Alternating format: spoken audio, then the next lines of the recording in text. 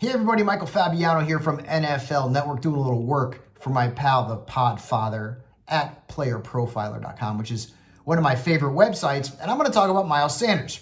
Now, I get it. What's a guy in a Cowboys hat talking about a Philadelphia Eagle for? Hey man, I got to be unbiased, and I really like Miles Sanders.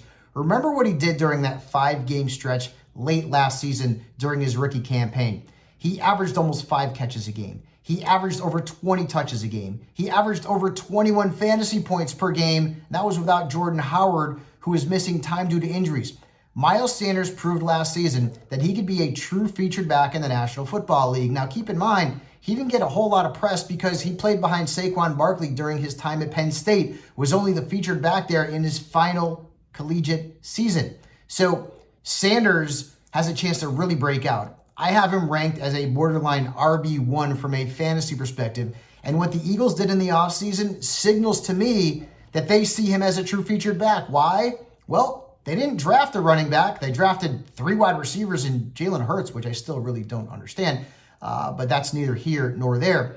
So right now it's Miles Sanders, and then you've got Boston Scott, and you've got Corey Clement. To me, there is a clear path to significant touches for Miles Sanders in Philadelphia's offense.